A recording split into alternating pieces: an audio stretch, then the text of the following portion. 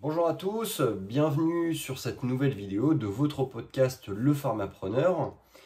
Vidéo donc du quotidien du pharmacien dans lequel je vous parle, je vous résume ma semaine en tant que pharmacien d'officine au sein de notre pharmacie, la pharmacie du Manoir à Isneville.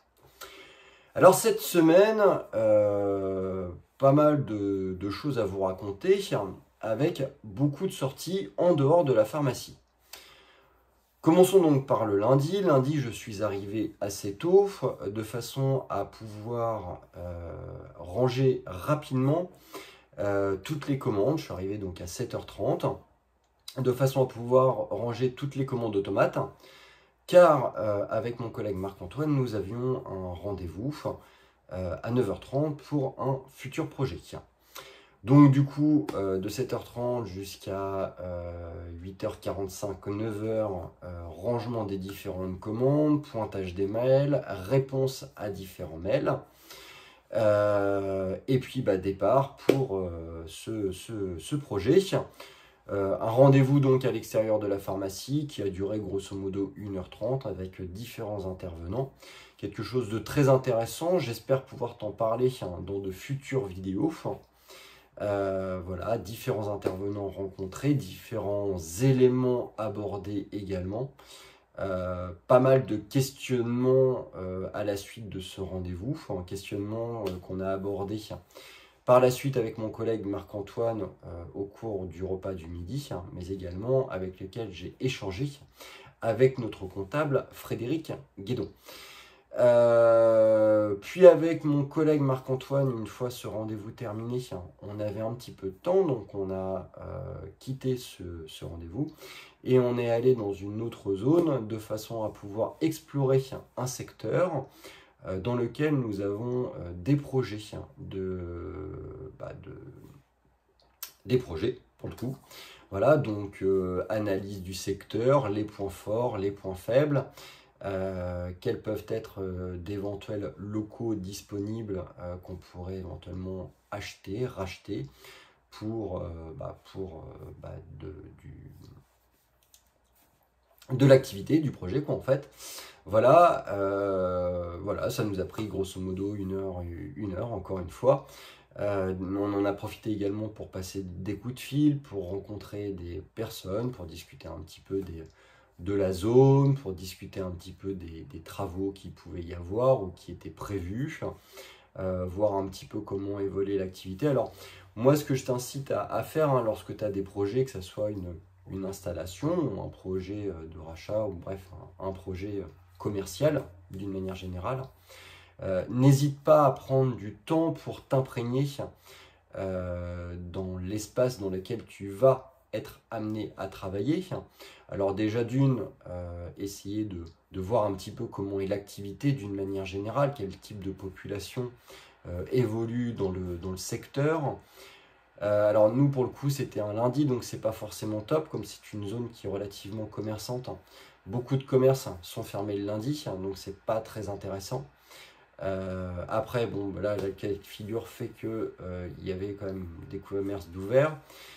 Mais peut-être essaye de faire ce type de visite autrement qu'un lundi, un autre jour de semaine, et puis peut-être également le week-end, parce que parfois les activités, notamment de type commercial, sont différentes le week-end de la semaine. Voilà, donc voilà, n'hésite pas pareil, essaie à rencontrer des commerçants qui sont dans cette zone. S'ils ont un petit peu de temps, essaye de leur parler un petit peu de ton projet, essaye de voir un petit peu comment s'ils sont sensibles. S'il y a une attente, s'il n'y a pas d'attente, parce que s'il y a une attente de la part de tes collègues commerçants à côté de toi, il y en aura sûrement une pour des patients, on va dire. Ça permet aussi d'aborder les points forts et les points faibles d'un quartier ou d'une zone. Ça permettra d'ores et déjà de t'en imprégner, d'y réfléchir, d'éventuellement de réfléchir à une stratégie à adopter. Et puis voir un petit peu aussi quel est le contexte, je dirais, d'ordre environnemental, les travaux, etc. Tu peux téléphoner à des mairies ou à des agglomérations, mais parfois les commerçants eux-mêmes sont déjà très au courant des futures évolutions parce qu'ils y sont intéressés au regard de leur commerce. Voilà, alors, repas du midi qu'on a fait avec Marc-Antoine. Marc-Antoine voulait absolument m'emmener dans un restaurant qui va être le restaurant dans lequel on va réaliser notre repas d'équipe pour le 1er juillet. En effet, avec Marc-Antoine, on aime bien en fait retrouver notre équipe en dehors de la pharmacie. Alors, on a parfois les départs de certaines personnes qui travaillent dans notre structure. Par exemple, mercredi prochain, on va être amené à fêter entre guillemets le départ de notre étudiante de 6e année, Alice, qui a fait un très bon stage au sein de notre pharmacie et avec lesquels on a passé de très bons moments au sein de notre structure. A priori, elle aussi, puisque ça lui a donné envie de nous inviter pour faire la fête, tout simplement, et pour se réunir en dehors de la pharmacie. Mais bon, donc avec Marco, nous, on aime bien, c'est réunir notre équipe.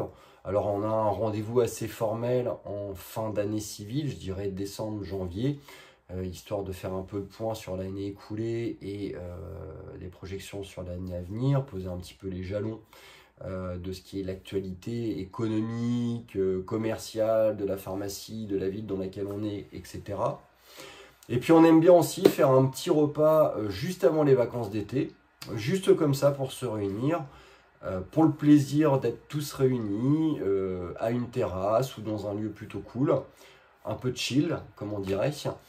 Et puis voilà, quoi, comme ça tout le monde se retrouve un petit peu avant d'être séparés et de subir finalement l'espèce de grand random qu'on peut avoir durant la période juillet-août où on a des chassés croisés de personnes et finalement on a des personnes qui vont quasiment pas se voir pendant 6 semaines. Donc voilà, ça permet de se faire une petite soirée tranquille.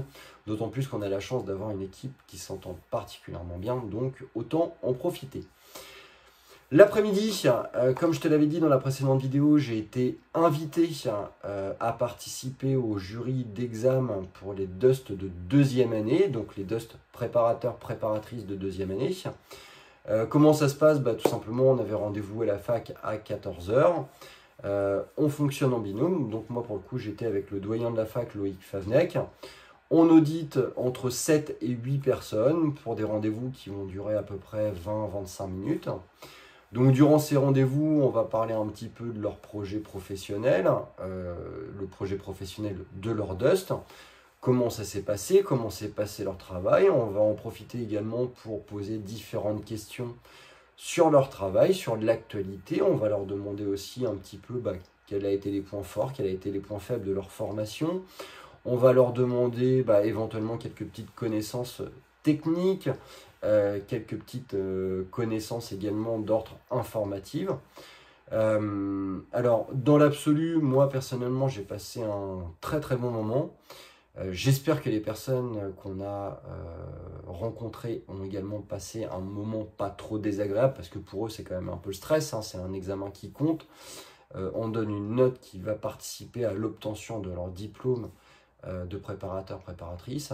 Alors moi, à mon sens, sur les 7-8 qu'on a vus, je n'ai vu que des bons préparateurs, préparatrices, des personnes très investies, très bien formées aussi, il faut le reconnaître. Alors, beaucoup de pharmaciens et d'équipes pharmaceutiques qui ont très bien encadré leurs préparateurs, préparatrices, avec de la mise en place de formation, de la mise en place de procédures, une réelle connaissance du métier de préparateur, préparatrice et des évolutions que notre métier en pharmacie peut subir. Le seul point négatif que j'aurais tendance à mettre en avant, mais finalement en fait c'est un petit peu lié au fait qu'elle soit là pour passer un diplôme, c'est cette absence de perception de nécessité de continuer à se mettre à niveau. Alors c'est vrai qu'eux ils sortent de 2 années de formation, ils sont au top de leurs connaissances, on va dire. Mais c'est vrai qu'on leur a rappelé que finalement, la connaissance, ou en tout cas la connaissance qu'ils avaient acquis durant ces 2 années de formation, finalement, c'était quelque chose de très périssable. Alors déjà, il faut, d'une manière générale, l'entretenir. L'entretenir, ça se fait par le travail quotidien. Et puis surtout, l'enrichir. L'enrichir donc par de la lecture, par de la curiosité, par des abonnements à divers magazines ou à différentes newsletters par internet. En tout cas, continuer à se former parce que finalement, on a un métier qui est extrêmement mouvant, très évoluant. On a une législation, une réglementation qui évolue énormément avec beaucoup de nouvelles missions et tout ça pour être un bon pharmacien, mais également pour être un très bon préparateur. Je pense qu'il faut maintenir son niveau d'information, son niveau d'analyse et être toujours curieux de ce qui se passe, même quand on a eu un diplôme et qu'on l'a bien eu. Les examens pour moi, donc ça s'est terminé à 18 h. Je suis directement retourné à la pharmacie. Je ne te cacherai pas que c'est extrêmement compliqué lorsqu'on a passé quasiment une journée en dehors de la pharmacie de se remotiver à tout de suite rentrer dans la dynamique du comptoir et de la délivrance sur la dernière heure et demie qui reste. Je suis arrivé, il était 18 h 20, la pharmacie elle ferme 1 h 10 plus tard. Alors très honnêtement, j'ai fait un petit peu de comptoir, mais vraiment très peu. Je me suis surtout essentiellement occupé de tout ce qui était logistique, rangement du back-office, m'assurer que tout ce qui était produit, etc. était bien rentré dans le robot. Bref, finalement, faire ce pourquoi mon collègue est un petit peu moins sensible, je pense, et faire en sorte finalement que la pharmacie soit d'équerre pour la journée du mardi.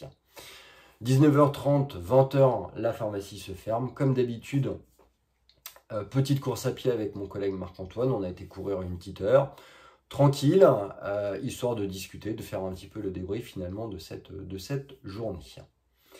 Mardi, une journée finalement beaucoup plus classique. Alors pour moi, j'ai commencé par un petit trait sportif. J'ai fait 1 heure de home trainer avant d'aller à la pharmacie. J'ai beaucoup cogité cette nuit-là, donc du coup, je me suis réveillé relativement tôt. 6 h du matin, j'ai été faire 1 heure de home trainer, histoire de me vider la tête, de me dépenser. Dépôt des enfants à l'école, puis arrivée à la pharmacie, réception des commandes, du comptoir, beaucoup de comptoirs, pas mal de monde dans cette journée du mardi, et le passage de commandes informatiques, le pointage de mes sécu, de mes mutuelles que je n'ai pas pu faire sur la journée du lundi, et puis l'après-midi, de nouveau, réception de commandes, et du comptoir, voilà, tout simplement, jusqu'à la fin de journée de ce mardi.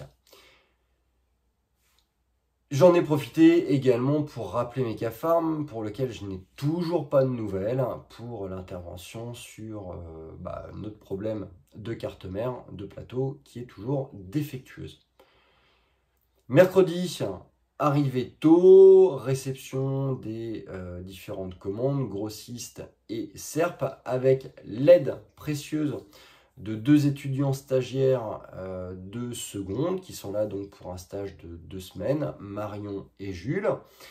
Voilà, donc sur la journée du lundi, ils ont été accueillis, on leur a montré comment fonctionnait l'interne de la pharmacie, la réception des commandes, etc. Ils participent également à tout ce qui est facing. Mardi, ils ont recommencé cette opération de façon à bien maîtriser la gestion de la rentrée des produits dans le robot. Facing également. En parallèle de ça, je leur ai demandé d'analyser, d'étudier des prescriptions qu'on a pu avoir, de m'en faire le commentaire d'ordonnance finalement. Mercredi, ils m'aident à la réception de la commande. Ensuite, ils vont participer à l'ensemble des missions d'un pharmacien. Donc, ils ont pu participer ainsi à un test Covid, à la réalisation d'un entretien pharmaceutique, à une vaccination. Ils ont pu assister également à des délivrances de médicaments au comptoir, écouter un petit peu comment se passe le métier d'un pharmacien. Ils ont pu assister également à un rendez-vous laboratoire. Voilà, donc pour ma part, sur l'heure du midi, j'ai été manger avec un de mes copains, Sébastien, qui est pharmacien à Chartres. On a pris le temps de discuter pendant 1 h 30. Voilà, ce qui m'a fait énormément de bien. Ça arrive très rarement que je quitte le secteur d'Isnoville pour descendre sur Rouen. Je l'ai fait, c'était très bien. Alors moi, je n'arrête pas de sortir cette semaine, c'est fabuleux. J'ai l'impression de vivre une vie de patachon. Mais bon, pendant 1 h 30, on discute un petit peu de tout, de trucs un petit peu personnels, et puis on en profite également pour parler un petit peu business, voir un petit peu comment ça se passe lui, sa structure, voir un petit peu ce qu'il a mis en place, voir où sont des idées que je pourrais avoir, essayer de lui donner moi des idées que j'ai. Voilà, donc on échange. Retour à la pharmacie sur l'heure dans l'après-midi. Du comptoir, de la logistique, du passage de commandes notamment pour les produits en rupture. Et puis fin de journée, classique, j'en ai profité pour réaliser un inventaire contradictoire. Ayant reçu la grosse commande Biog ainsi que des Dispomax, je voulais m'assurer que pour la fin de la semaine, les stocks étaient au plus juste. Repas du soir avec l'ensemble de nos copains en pharmacie, sauf Nono Monnier, qui n'était pas là, qui était de garde. Donc repas qui a duré jusqu'à 1h du matin, très intéressant. Alors ce groupe, il est constitué d'amis, tout court déjà, qui sont accessoirement pharmaciens, qui éventuellement font partie de notre groupe de rétro. Alors ces thématiques de repas, il n'y en a pas vraiment en fait, on va discuter de beaucoup de choses, des vacances, de la famille, du business, pas mal d'échanges. Et moi je t'invite en tant que pharmacien à ne surtout pas t'isoler. Alors profite toujours de tes amis, ça c'est une certitude, mais profite encore plus si tu as des amis dans le milieu de la pharmacie pour échanger avec eux et discuter, qu'ils aient des grosses ou des petites structures, qu'ils soient assistants ou titulaires, qu'ils soient préparateurs ou pharmaciens. Je pense que l'échange est important, fondamental même, parce que finalement chacun apporte une pierre dans son édifice et que cette même pierre peut te servir pour monter ton propre édifice. Donc n'hésite pas à écouter, à discuter, à échanger. Et je pense que c'est l'une des vertus principales de toujours se remettre en question, d'être ouvert à toute information, à toute critique finalement, à toute critique qu'elle soit positive ou négative, de façon à pouvoir enrichir ses propres compétences et enrichir ses connaissances entrepreneuriales. Journée du jeudi, comme d'habitude, j'arrive un petit peu plus tard, je vais courir. Adjoint à ça une séance de home trainer. Alors pour le coup, là, moi, c'était une grosse séance de côte sur 2h30, 26 bornes et une petite demi-heure de home trainer. Derrière, j'arrive, c'est du comptoir, c'est de la logistique parce que on est le 20 juin déjà. Et donc, il est temps de s'occuper de la mise à jour des feuillets de location. Donc, comme tous les 20 juin, comme tous les 20 du mois, pardon, c'est édition du listing des locations échues, envoi de SMS pour prévenir les personnes que leur location est arrivée à échéance, qu'il faut qu'ils nous ramènent le dispositif ou qu'éventuellement ils nous envoient une nouvelle ordonnance pour continuer la facturation administrative.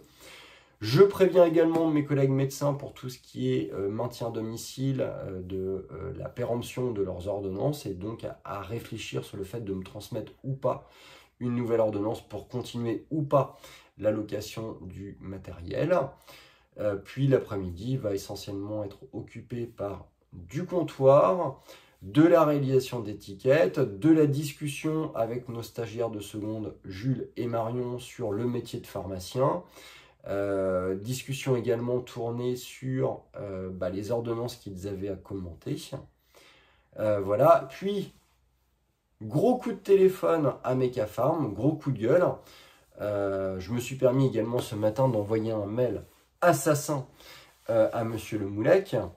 Parce que ça va faire 10 jours qu'on attend que Mecafarm daigne nous donner une date pour une intervention. Alors c'est fabuleux parce que moi je ne suis pas très exigeant au final, je ne demande pas une intervention à H24, mais je demande au moins qu'on fixe une date pour m'organiser déjà au sein de mon équipe, et puis tout simplement pour avoir la certitude que Mecafarm prend en compte finalement mon problème, parce que l'image là que Mecafarm est en train de donner finalement c'est que vous avez un problème, ok, et on n'en a rien à battre, on vous appellera quand on pourra, quand on voudra, quand on le souhaitera.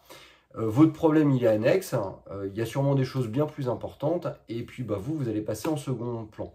Pour faire une analogie, c'est un peu comme si toi, au sein de ton activité de pharmacien, tu avais deux patients, il y en a un qui arrive avec un rhume, et l'autre une ordonnance pour un médicament anticancéreux, et que tu dis au mec qui a le rhume, écoutez, vous repassez dans une semaine, parce qu'honnêtement, vous, votre problème, c'est pas grave. Je vais d'abord favoriser la délivrance de l'anticancérant. Voilà, c'est pas logique. Ces deux personnes-là sont là pour un même service, donc il faut savoir y répondre de la même manière et avec à peu près la même temporalité. C'est pas ce qu'est en train de faire Mecafarm. Moi là, ils sont en train de me faire comprendre que mon problème, c'est pas leur problème et que finalement, ils n'ont même pas le temps en fait de me tenir au courant pour me dire qu'ils ont établi un planning et dans lequel ma pharmacie est programmée pour telle date. Après, encore une fois, moi je ne demande pas une date à H24, je demande une intervention dans un délai raisonnable pour avoir un automate qui soit 100% fonctionnel. Et donc, voilà, ce qui doit arriver, ce qui devait arriver arriva. J'ai menacé Mecafarm tout simplement de bloquer le paiement mensuel de la maintenance de Mecafarm sur mon robot, estimant que s'ils ne sont pas capables de me donner une réponse en temps et en heure pour un service, moi j'estime ne pas être en devoir de payer ce service en temps et en heure. Chacun a ses responsabilités, chacun a ses obligations. A priori, je ne suis pas une priorité et donc à mon niveau, le règlement du service technique de Mecafarm sur mon robot ne sera pas une priorité. Jusqu'à nouvel ordre, jusqu'à temps que Monsieur Le Moulec daigne ouvrir son agenda, daigne générer un incident sur mon robot et donc qu'on ait la résolution de ce problème.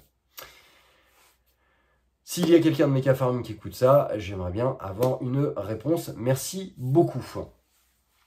Voilà, donc journée du mercredi qui se termine ainsi, journée du jeudi qui se termine ainsi. Sur ce, je te souhaite une bonne fin de semaine. J'espère que tout se passe bien dans ta pharmacie. Les vacances approchent. J'espère que toutes les vacances sont organisées pour toi et ton équipe. Je te dis à très bientôt pour une prochaine vidéo.